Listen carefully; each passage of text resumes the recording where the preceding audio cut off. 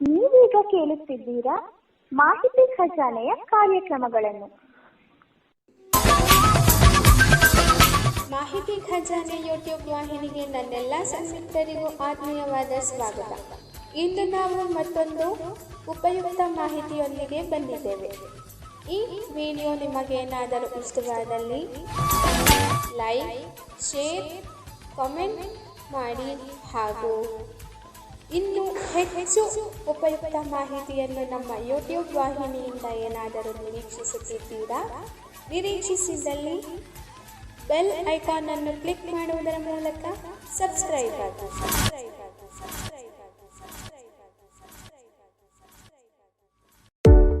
ಪ್ರಿಯ ಸ್ನೇಹಿತರೆ, ತಮ್ಮೆಲ್ಲರಿಗೂ ನಮಸ್ಕಾರ. ನಾವಿಂದು ಅಂಗೈಯಲ್ಲಿ ಆರೋಗ್ಯ ಮಾಲಿಕೆಯಲ್ಲಿ ಆರೋಗ್ಯವೇ ಮಹಾಭಾಗ್ಯ ಎನ್ನುವ ಒಂದು ವಿಷಯದ ಮೊದಲ ಭಾಗವನ್ನು ಇಂದು ನಾವು ಕೇಳೋಣ. ಸಂಪೂರ್ಣವಾಗಿ ಕೇಳಿ, ನಿಮ್ಮ ಸ್ನೇಹಿತರೊಂದಿಗೆ ಹಂಚಿಕೊಳ್ಳಿ. ಇನ್ನೂ ಸಬ್ಸ್ಕ್ರೈಬ್ ಮಾಡ್ಕೊಳ್ದೇ ಇದ್ದರೆ ಈ ಕೂಡಲೇ ಸಬ್ಸ್ಕ್ರೈಬ್ ಮಾಡಿಕೊಡಿ. ಬನ್ನಿ, ಹಾಗಾದರೆ ಹೆಚ್ಚು ತಡ ಮಾಡದೆ ಕಾರ್ಯಕ್ರಮವನ್ನು ಕೇಳೋಣ ಅಲ್ವಾ? ನಮಸ್ಕಾರ ಸ್ನೇಹಿತರೆ, ಮಾಹಿತಿ ಖಜಾನೆಯ ಇವತ್ತಿನ ಅಂಗೈಯಲ್ಲಿ ಆರೋಗ್ಯ ಕಾರ್ಯಕ್ರಮ ಸರಣಿಗೆ ಪ್ರೀತಿಯ ಸ್ವಾಗತ. ನಾವು ಒಂದಷ್ಟು ದಿನದಿಂದ ಅಂಗೈಯಲ್ಲಿ ಆರೋಗ್ಯ ಕಾರ್ಯಕ್ರಮವನ್ನು ನಡೆಸೋದಕ್ಕೆ ಸಾಧ್ಯವಾಗಿರಲಿಲ್ಲ. ಅದಕ್ಕಾಗಿ ವಿಷಾದಿಸುತ್ತೇವೆ. ಕೆಲವೊಂದಷ್ಟು ಕಾರಣಗಳು ಹಾಗೆ ಆರೋಗ್ಯ ಸಂಬಂಧಿ ಸಮಸ್ಯೆಗಳಿಂದಾಗಿ ಹಾಗೆ ಕೆಲವೊಂದಷ್ಟು ಒತ್ತಡಗಳಿಂದ ಯಾವುದೇ ಅಂಗೈಯಲ್ಲಿ ಆರೋಗ್ಯ ಸಂಬಂಧಪಟ್ಟಂತೆ ಯಾವುದೇ ಕಾರ್ಯಕ್ರಮಗಳು ಬರ್ತಾ ಇರಲಿಲ್ಲ. ಅದಕ್ಕಾಗಿ ವಿಷಾದಿಸುತ್ತೇವೆ. ಬನ್ನಿ, ಹೆಚ್ಚು ತಡ ಮಾಡದೆ ಕಾರ್ಯಕ್ರಮವನ್ನು ಪ್ರಾರಂಭ ಮಾಡೋಣ. ಇವತ್ತು ನಾವೆಲ್ಲರೂ ಕೂಡ ಅಂಗೈಯಲ್ಲಿ ಆರೋಗ್ಯ ಕಾರ್ಯಕ್ರಮ ಸರಣಿಯಲ್ಲಿ ಆರೋಗ್ಯವೇ ಮಹಾಭಾಗ್ಯ ಅನ್ನುವಂಥ ವಿಷಯದ ಬಗ್ಗೆ ಒಂದಷ್ಟು ವಿಷಯಗಳನ್ನು ತಿಳಿಯುತ್ತಾ ಒಂದು ಕಿರು ವಿಶ್ಲೇಷಣೆಯನ್ನು ಮಾಡುವಂಥ ಪ್ರಯತ್ನವನ್ನು ಮಾಡ್ತಾ ಇದ್ದೀನಿ. ಅಂದಾಗೆ ನಾನು ನಿಮ್ಮೊಂದಿಗೆ ನಿಮ್ಮ ಗೆಳೆಯ ಶರತ್ ಇವತ್ತು ನಿಮ್ಮ ಜೊತೆಯಾಗಿದ್ದೀನಿ. ಸ್ನೇಹಿತರೆ, ನಮಗೆಲ್ಲರಿಗೂ ಕೂಡ ಆರೋಗ್ಯ ಅನ್ನೋದು ಬಹಳ ಮುಖ್ಯ. ಯಾವುದೇ ಸಮಸ್ಯೆಗಳು ಸವಾಲುಗಳು ಬಂದರೂ ಕೂಡ ಅದನ್ನು ಎದುರಿಸೋದಕ್ಕೆ ನಮಗೆ ಆರೋಗ್ಯ ಅನ್ನೋದು ಬಹಳ ಮುಖ್ಯ. ಯಾವುದೇ ಕಾಯಿಲೆಗಳು ಬಂದರೂ ಕೂಡ ಅದರಿಂದ ಬೇಗ ಮುಕ್ತಿ ಪಡಿಬೇಕು ಅನ್ನುವಂಥ ಆಸೆ ಪ್ರತಿಯೊಬ್ಬರಲ್ಲೂ ಇರುತ್ತೆ. ಅಷ್ಟೇ ಅಲ್ಲದೆ ಒಬ್ಬ ವ್ಯಕ್ತಿ ಆರೋಗ್ಯವಾಗಿರಬೇಕು ಅಂದರೆ ನಿಯಮಿತವಾಗಿ ದಿನನಿತ್ಯದ ಕಾರ್ಯಗಳನ್ನು ಮಾಡುವುದರ ಮೂಲಕ ತಾನು ಉತ್ತಮವಾದ ಜೀವನವನ್ನು ರೂಪಿಸ್ಕೊಳ್ಳೋದಕ್ಕೆ ಸಾಧ್ಯ ಆಗುತ್ತೆ. ಪ್ರತಿಯೊಬ್ಬರು ಸಾಧಕರು ಕೂಡ ತಮ್ಮ ಆರೋಗ್ಯವನ್ನ ಚೆನ್ನಾಗಿ ಇಟ್ಟುಕೊಂಡು ಸಾಧನೆಯನ್ನ ಮಾಡಿದ್ದಾರೆ ಅನ್ನೋದನ್ನ ಯಾರು ಕೂಡ ಮರಿಬಾರದು. ಇಂದಿಗೂ ಕೂಡ ಕೆಲವು ವ್ಯಕ್ತಿಗಳು ಏನ್ ಮಾಡ್ತಾರೆ ಅಂದ್ರೆ ಮಧ್ಯರಾತ್ರಿ 2 ಗಂಟೆ 3 ಗಂಟೆವರೆಗೂ ಓದುವಂತ ವ್ಯಕ್ತಿಗಳು ಇದ್ದಾರೆ. ಓದಬೇಡಿ ಅಂತ ನಾನು ಹೇಳಲ್ಲ, ಆದರೆ ಓದುವಿನ ನಡುವೆನೂ ಕೂಡ ನಿದ್ರೆಗೆ ಪ್ರಾಮುಖ್ಯತೆ ಕೊಡೋದು ಬಹಳ ಮುಖ್ಯ.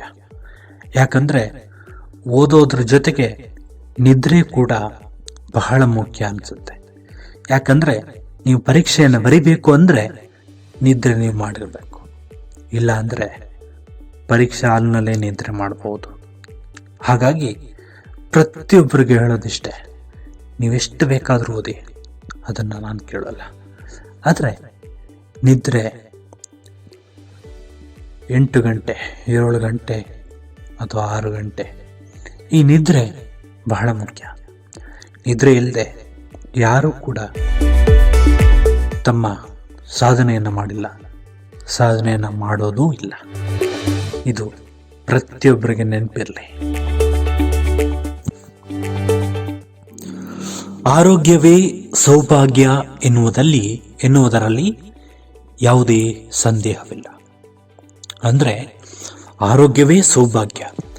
ನಾವು ಯಾವಾಗಲೂ ಕೂಡ ಆರೋಗ್ಯವಾಗಿದ್ದರೆ ನಮ್ಮ ಜೀವನ ಸುಂದರವಾಗಿರುತ್ತೆ. ಹಾಗೆ ಸೌಭಾಗ್ಯ ಅಂದರೆ ಸುಖಕರವಾದ ನಮ್ಮ ಜೀವನವನ್ನು ಸಾಗಿಸೋದಕ್ಕೆ ಸಾಧ್ಯ ಆಗುತ್ತೆ ಅನ್ನೋದು ಒಂದು ಅಂಶದಲ್ಲಿ ಯಾವುದೇ ಸಂದೇಹವಿಲ್ಲ. ಉತ್ತಮ ಆರೋಗ್ಯ ಇದ್ದರೆ ಮಾತ್ರ ಜೀವನದಲ್ಲಿ ಏನಾದರೂ ಸಾಧಿಸೋದಕ್ಕೆ ಸಾಧ್ಯ ಆಗುತ್ತೆ. ಅಂದರೆ ಸಾಧಕರು ಏನಿರ್ತಾರೆ, ಅವರು ಸಾಧನೆ ಮಾಡಬೇಕು ಅಂದರೆ ತಮ್ಮ ಆರೋಗ್ಯವನ್ನು ಚೆನ್ನಾಗಿ ನೋಡ್ಕೊಳ್ಳೋದು ಬಹಳ ಮುಖ್ಯ. ಆರೋಗ್ಯದಲ್ಲಿ ಏರುಪೇರು ಕಂಡು ಬಂದ ತಕ್ಷಣ ವೈದ್ಯರನ್ನ ಸಂಪರ್ಕಿಸಿ ಇದರ ಬಗ್ಗೆ ಚಿಕಿತ್ಸೆಯನ್ನು ಪಡ್ಕೊಳ್ಳೋದು ಬಹಳ ಒಳ್ಳೆಯದು. ಯಾಕಂದರೆ ನಮ್ಮ ಆರೋಗ್ಯ ಸಂಬಂಧಿ ಸಮಸ್ಯೆಗಳನ್ನ ಮುಚ್ಚಿಟ್ಕೊಂಡು ನಾವು ಸಾಧನೆ ಮಾಡ್ತೀವಿ ಅಂದರೆ ಅದು ಖಂಡಿತ ಸುಳ್ಳು. ಸಾಧಕರೆಲ್ಲರೂ ಕೂಡ ಇದ್ರ ಬಗ್ಗೆ ಗಮನ ಹರಿಸ್ಬೇಕಾಗತ್ತೆ. ನಾನು ಸಾಧನೆ ಮಾಡ್ತೀನಿ ಅನ್ನೋದು ಮುಖ್ಯ ಅಲ್ಲ, ನಾನು ಆರೋಗ್ಯವಾಗಿ ಇದ್ಕೊಂಡು ಸಾಧನೆ ಮಾಡ್ತೀನಿ ಅನ್ನೋದು ಬಹಳ ಮುಖ್ಯ. ಇದನ್ನು ಪ್ರತಿಯೊಬ್ಬರು ನೆನ್ಪಿಡ್ಬೇಕಾಗಿದೆ. ಶರೀರದ ಸ್ವಾಸ್ಥ್ಯ ಕಾಪಾಡಿಕೊಳ್ಳಲು ಹಲವಾರು ಉಪಾಯಗಳಿವೆ. ಅವುಗಳ ಬಗ್ಗೆ ಇವಾಗ ನಾವು ತಿಳಿಯುವಂಥ ಪ್ರಯತ್ನವನ್ನು ಮಾಡೋಣ. ಅದಕ್ಕೂ ಮೊದಲು ನಾವು ಈ ಉಪಾಯಗಳು ಏನಿದೆ ಇದನ್ನೆಲ್ಲ ನಾವು ಅಳವಡಿಸ್ಕೊಂಡ್ರೆ ನಮಗೆ ಅತಿ ಹೆಚ್ಚು ಖರ್ಚು ಮಾಡುವಂಥ ಅವಶ್ಯಕತೆ ಇಲ್ಲ. ಹಾಗೆ ಅತಿ ಹೆಚ್ಚು ಶ್ರಮ ಪಡುವಂಥ ಅವಶ್ಯಕತೆಯೂ ಕೂಡ ಇಲ್ಲ. ನಮಗೆ ಈಗ ವೈದ್ಯಕೀಯವಾಗಿ ಚಿಕಿತ್ಸೆ ಪಡಿಬೇಕು ಅಂದರೆ ಅಷ್ಟೇ ಖರ್ಚು ಬೀಳುತ್ತೆ. ಆ ಖರ್ಚೆಲ್ಲ ಕಡಿಮೆ ಮಾಡ್ಕೋಬೇಕು ಅಂದರೆ ನಾವು ಕೆಲವೊಂದು ಉಪಾಯಗಳು, ಆರೋಗ್ಯಕರವಾದಂಥ ಉಪಾಯಗಳನ್ನು ಅಳವಡಿಸ್ಕೊಂಡು ನಮ್ಮ ಜೀವನವನ್ನು ರೂಪಿಸ್ಕೊಳ್ಳೋದು ಬಹಳ ಮುಖ್ಯ ಅಂತ ನನಗನ್ಸುತ್ತೆ. ಆಹಾರ ವಿಹಾರ ಇವೆರಡೂ ಕೂಡ ಆರೋಗ್ಯಕ್ಕೆ ಬಹಳ ಮುಖ್ಯ ಅನ್ನೋದನ್ನ ಯಾರೂ ಕೂಡ ಮರೆಯೋ ಹಾಗಿಲ್ಲ. ಆಹಾರದ ಜೊತೆ ವಿಹಾರನೂ ಇರಬೇಕು. ಒಳ್ಳೆಯ ವಾತಾವರಣದಲ್ಲಿ ಅಂದರೆ ಒಳ್ಳೆಯ ಗಾಳಿಯನ್ನು ಸೇವನೆ ಮಾಡಬೇಕು ಅಂದರೆ ನಾವು ಮನೆ ಬಿಟ್ಟು ಹೊರಗಡೆ ಹೋಗಬೇಕು. ಅಲ್ಲಿ ಅದ್ಭುತವಾದ ಒಂದು ಪ್ರವಾಸವನ್ನು ಹೊರಡುವಂಥದ್ದಾಗಿರ್ಬೋದು, ಹಾಗೆ ಸುಂದರ ಪರಿಸರವನ್ನು ವೀಕ್ಷಣೆ ಮಾಡುವಂಥದ್ದು, ಹಾಗೆ ಹಕ್ಕಿ ಪಕ್ಷಿಗಳ ಗಾನವನ್ನು ಕೇಳುವಂಥದ್ದು, ಹಾಗೆ ನಮ್ಮ ಒಂದು ಆರೋಗ್ಯದಲ್ಲಿ ಯಾವುದೇ ಒಂದು ಏರುಪೇರು ಇದೆ ಅಂತ ಅಂದ್ಕೊಂಡು ನಾವು ಮನೆಯಲ್ಲೇ ಮಲ್ಕೊಳ್ಳುವಂಥ ಬದಲು ಹೊರಗಡೆ ಹೋಗಿ ಆ ಪ್ರಕೃತಿಯ ಸೌಂದರ್ಯವನ್ನು ಸವಿತಾ ನಾವು ಮುನ್ನಡೆದಾಗ ಅನೇಕರು ಪ್ರಕೃತಿ ಚಿಕಿತ್ಸೆಯಿಂದನೇ ಕೂಡ ಉತ್ತಮ ಆರೋಗ್ಯವನ್ನು ಅಳವಡಿಸ್ಕೊಂಡಿದ್ದಾರೆ. ಇದರ ಬಗ್ಗೆ ನೀವು ಹಲವಾರು ಪುಸ್ತಕಗಳಲ್ಲಿ ಇದರ ಬಗ್ಗೆ ತಿಳ್ಕೊಂಡಿರ್ತೀರ, ಹಾಗೆ ನೀವು ಕೂಡ ಗಮನಿಸಿರ್ತೀರ. ಅನೇಕ ವಿಜ್ಞಾನಿಗಳು ಹಾಗೆ ತಜ್ಞರು ಇದರ ಬಗ್ಗೆ ತಮಗೆ ತಿಳಿಸಿರ್ತಾರೆ. ಅದರ ಬಗ್ಗೆ ನಿಮಗೆ ಪುಸ್ತಕ ಕೂಡ ಸಿಗುತ್ತೆ. ಅದನ್ನು ಓದೋದ್ರ ಮೂಲಕ ನೀವು ಇದರ ಬಗ್ಗೆ ಹೆಚ್ಚಿನ ಮಾಹಿತಿನ ತಗೊಳ್ಬೋದು. ಹಾಗೆ ವಿಹಾರ ಅಂದರೆ ಉತ್ತಮವಾದ ಪರಿಸರದಲ್ಲಿ ಓಡಾಟವನ್ನು ನಡೆಸುವಂಥದ್ದು. ಇದನ್ನು ಮಾಡಿದ್ರೆ ನಮ್ಮೆಲ್ಲರ ಆರೋಗ್ಯ ಸುಂದರವಾಗಿರುತ್ತೆ. ದಿನನಿತ್ಯ ವ್ಯಾಯಾಮಗಳನ್ನು ಮಾಡಬೇಕು. ಹಾಗೆ ದಿನನಿತ್ಯದ ಕಾರ್ಯಗಳನ್ನು ಮಾಡೋದೇ ಒಂದು ವ್ಯಾಯಾಮ ಆಗಿಬಿಡುತ್ತೆ. ಈಗ ಉದಾಹರಣೆಗೆ ಕೂಲಿ ಕೆಲಸಕ್ಕೆ ಹೋಗುವಂಥವರು ಹಾಗೆ ಹೊಲದಲ್ಲಿ ದುಡಿಯುವಂಥವರು ವ್ಯಾಯಾಮ ಮಾಡುವಂಥ ಅವಶ್ಯಕತೆ ಏನಿಲ್ಲ. ಯಾಕಂದರೆ ಅವರಿಗೆ ಅಲ್ಲೇ ವ್ಯಾಯಾಮ ಆಗಿರ್ತದೆ. ಏನು ಕೆಲಸ ಮಾಡ್ತಾರೆ, ಈಗ ಈ ಸಿಮೆಂಟ್ ಕೆಲಸ ಆಗಿರ್ಬೋದು, ಸಾರಣೆ ಮಾಡುವಂಥದ್ದು, ಹಾಗೆ ಗಾರೆ ಕೆಲಸ ಇದು ಮಾಡುವಂಥದ್ದು, ಹಾಗೆ ಉತ್ತಮ ಕೆಲಸಗಳನ್ನು ಮಾಡ್ತಾರೆ. ಆ ಕೆಲಸವನ್ನು ಮಾಡುವಂಥ ಸಂದರ್ಭದಲ್ಲಿ, ಮನೆ ಕಟ್ಟುವ ಅಂಥ ಸಂದರ್ಭದಲ್ಲಿ ಇಂಥ ವ್ಯಕ್ತಿಗಳಿಗೆ, ಹಾಗೆ ಬಹಳ ಶ್ರಮಪಟ್ಟು ಕೆಲಸ ಮಾಡುವಂಥ ವ್ಯಕ್ತಿಗಳು ಏನು ವ್ಯಾಯಾಮ ಮಾಡುವಂಥ ಅವಶ್ಯಕತೆ ಇಲ್ಲ. ಇದು ನೀವೇನಾದರೂ ವ್ಯಾಯಾಮ ಮಾಡೋಕ್ಕೆ ಹೋದರೆ ನೀವು ಇನ್ನೂ ಆರೋಗ್ಯವನ್ನು ಹಾಳು ಮಾಡ್ಕೊಳ್ಳುವಂಥ ಸಾಧ್ಯತೆ ಇರುತ್ತೆ. ಹಾಗಾಗಿ ಶ್ರಮಪಟ್ಟು ಯಾರು ಕಾರ್ಯವನ್ನು ನಿರ್ವಹಿಸ್ತಾರೆ ಅಂಥವರು ವ್ಯಾಯಾಮದ ಅವಶ್ಯಕತೆ ಇಲ್ಲ. ಅವರು ತಾವು ಪ್ರತಿನಿತ್ಯ ಕೆಲಸವನ್ನು ಮಾಡೋದ್ರ ಮೂಲಕ ಅದನ್ನು ಸರಿದೂಗಿಸ್ಕೊಳ್ಬೋದು. ಅಷ್ಟೇ ಅಲ್ಲದೆ ನಾವು ಉತ್ತಮ ಈ ವ್ಯಾಯಾಮಗಳನ್ನ ಮಾಡೋದ್ರ ಮೂಲಕ ಏನು ಆಫೀಸ್ಗಳಲ್ಲಿ ಕುಳಿತು ಕೆಲಸ ಮಾಡುವಂಥವರು, ಹಾಗೆ ಈ ವಿದ್ಯಾರ್ಥಿಗಳು ಇದನ್ನು ಅಳವಡಿಸ್ಕೊಳ್ಳೋದು ಬಹಳ ಒಳ್ಳೆಯದು. ಯಾಕಂದರೆ ಒಂದು ಬೆಳಗಿನ ಹೊತ್ತು ಒಂದು ವಾತಾವರಣದಲ್ಲಿ ಓಡಾಡುವಂಥದ್ದು, ಅಥವಾ ಸಂಜೆ ಹೊತ್ತು ಕೂಡ ಓಡಾಡ್ಬೋದು. ಇದು ಒಂದು ಓಡಾಟವನ್ನು ಮಾಡಿದ್ರೆ ನಮ್ಮ ಆರೋಗ್ಯ ಯಾವಾಗಲೂ ಕೂಡ ಸುಂದರವಾಗಿರುತ್ತೆ ಅನ್ನೋದು ನನ್ನ ಅಭಿಪ್ರಾಯ.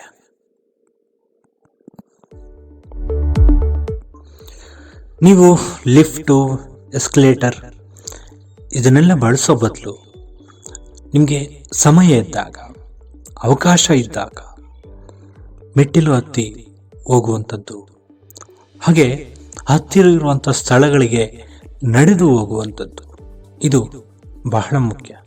ನಮಗೇನೋ ಗಾಡಿ ಇದೆ, ಕಾರ್ ಇದೆ, ಅದರ ಮೇಲೆ ಕುಳಿತರೆ ಸಾಕು ಹೋಗ್ಬೋದು ಅಂತ ಅಂದ್ಕೊಂಡ್ರೆ ಅದು ನಿಮಗೆ ಅನಾರೋಗ್ಯವನ್ನು ತಂದುಕೊಡುತ್ತೆ.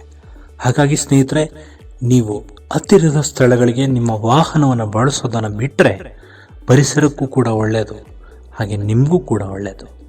ಈ ಪರಿಸರ ನಾಶ ಆಗ್ತಾ ಇರೋದೇ ಇದರಿಂದನೇ. ಯಾಕಂದರೆ ಹತ್ತಿರಕ್ಕೆ ಹಾಲು ತರೋದಕ್ಕೂ ಹೋಗಬೇಕು, ಅಥವಾ ಏನಾದರೂ ಒಂದು ಅಂಗಡಿಗೆ ಹೋಗಬೇಕು ಅಂದರೂ ಕೂಡ ನಾವು ಈಗ ವಾಹನಗಳನ್ನು ಬಳಸ್ತೇವೆ. ಅದರ ಬದಲು ನಡೆದು ಹೋದರೆ ಎಷ್ಟು ಆರೋಗ್ಯವಾಗಿರ್ಬೋದು ಅಂತ ನೀವೇ ಒಂದು ಕ್ಷಣ ಯೋಚನೆ ಮಾಡಬೇಕಾಗಿದೆ. ನಾವು ಈಗ ಹೇಳ್ತೇವೆ ಬರೀ ಬಾಯಲ್ಲಿ, ಅದನ್ನು ಕಾರ್ಯರೂಪಕ್ಕೆ ತಂದರೆ ಮಾತ್ರ ನಾವು ಉತ್ತಮ ಜೀವನವನ್ನು ರೂಪಿಸ್ಕೊಳ್ಳೋದಕ್ಕೆ ಸಾಧ್ಯ ಆಗುತ್ತೆ. ಇದ್ರ ಬಗ್ಗೆ ಪ್ರತಿಯೊಬ್ಬರು ನೆನ್ಪಿಟ್ಕೋಬೇಕಾಗಿದೆ. ಇವತ್ತು ಆಫೀಸ್ಗಳಿಗೆ ಹೋಗ್ತೀವಿ, ಲಿಫ್ಟನ್ನು ಹತ್ತೀವಿ. ಆ ಲಿಫ್ಟಲ್ಲಿ ಹೋಗೋ ಬದಲು ನಾವು ಕಾಲೆಲ್ಲ ಚೆನ್ನಾಗಿರುವಂಥವ್ರು, ಅಂದರೆ ಕಾಲಿಗೆ ಯಾವುದೇ ಸಮಸ್ಯೆಗಳು ಇಲ್ಲದೆ ಇರುವಂಥವ್ರು, ನೀವು ಮೆಟ್ಲುಗಳನ್ನು ಹತ್ತೋದ್ರ ಮೂಲಕ ನಿಮ್ಮ ಆರೋಗ್ಯವನ್ನು ಚೆನ್ನಾಗಿಟ್ಕೊಳ್ಳೋದಕ್ಕೆ ಸಾಧ್ಯ ಆಗುತ್ತೆ.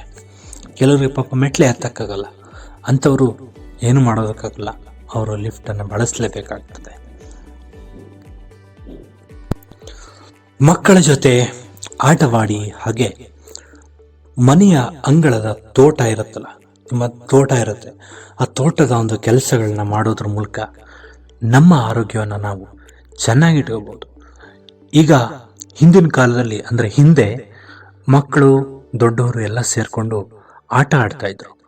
ಆ ಒಂದು ಕ್ಷಣಗಳು ಇವತ್ತಿಗೂ ಕೂಡ ನಮಗೆ ನೆನಪಾಗುತ್ತೆ. ಅಂತಹ ಒಂದು ಸನ್ನಿವೇಶಗಳನ್ನ ನಾವು ತಂದ್ಕೋಬೇಕಾಗಿದೆ. ಮಕ್ಕಳು ದೊಡ್ಡವರು ಎಲ್ಲರೂ ಕೂಡ ಸೇರಿಕೊಂಡು ಆಟ ಆಡೋದರಲ್ಲಿ ಇರುವಂಥ ಮಜಾ ಬೇರೆಲ್ಲೂ ಇಲ್ಲ. ಹಾಗಾಗಿ ಈಗಲಾದರೂ ಮೈದಾನಕ್ಕೆ ಇಳಿದು ಆಟ ಆಡುವಂಥದ್ದು ಪ್ರತಿಯೊಬ್ಬ ವಿದ್ಯಾರ್ಥಿಗಳು, ವಿದ್ಯಾರ್ಥಿನಿಯರು ರೂಢಿಸ್ಕೋಬೇಕಾಗಿದೆ. ಇವತ್ತು ಓದು ಇದೇ ಆಗಿದೆ.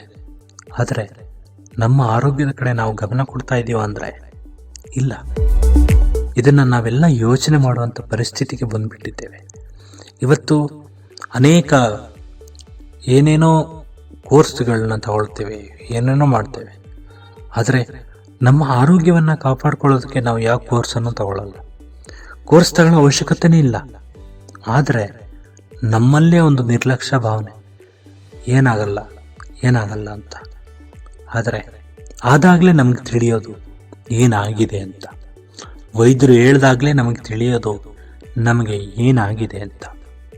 ಅಲ್ಲಿವರೆಗೂ ನಮಗೇನು ತಿಳಿಯಲ್ಲ.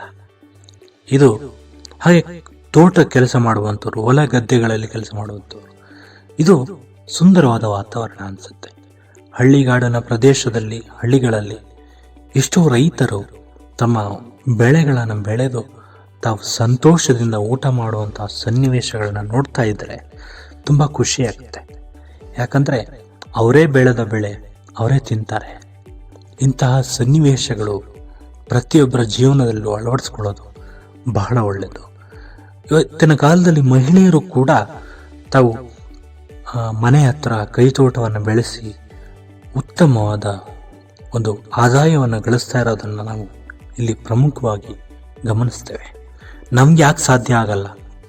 ನಾವು ಯಾಕೆ, ನಮ್ಗೆ ಎಂಥ ಕೆಲಸ ಇದೆ, ಅಂಥ ಕೆಲಸ ಏನಿದೆ ಅಂತ ನಾವೆಲ್ಲ ಯೋಚನೆ ಮಾಡಬೇಕಾಗಿದೆ.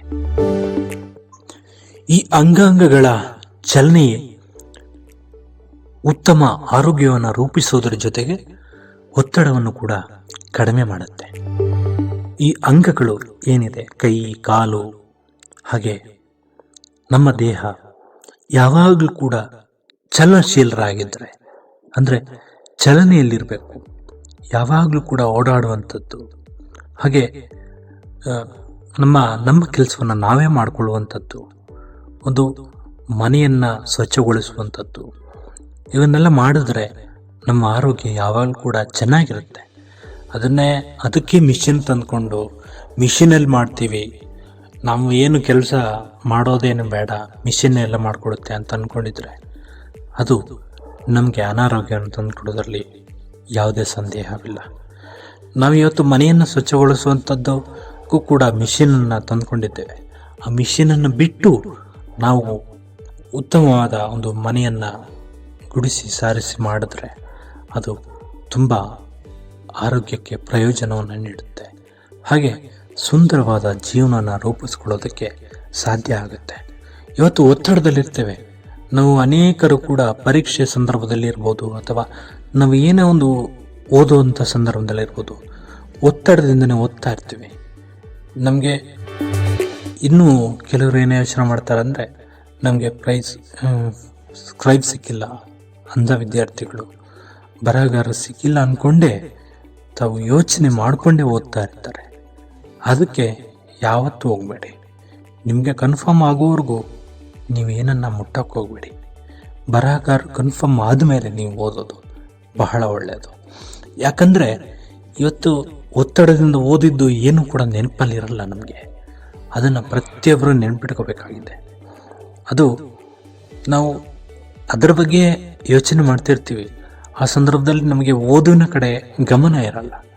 ಹಾಗೆ ಏನೇ ಆರೋಗ್ಯ ಸಮಸ್ಯೆ ಇದ್ದಾಗ ನೀವು ಹೆಚ್ಚು ಓದೋದಕ್ಕೆ ಹೋಗಬೇಡಿ. ಆಗ ನಿಮಗೆ ಇನ್ನೂ ಅನೇಕ ರೀತಿಯ ಬೇರೆ ಬೇರೆ ಸವಾಲುಗಳು ಎದುರಾಗ್ತವೆ.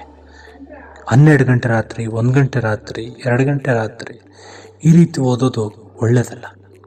ಇದನ್ನು ಪ್ರತಿಯೊಬ್ಬರು ನೆನ್ಪಿಟ್ಕೋಬೇಕು.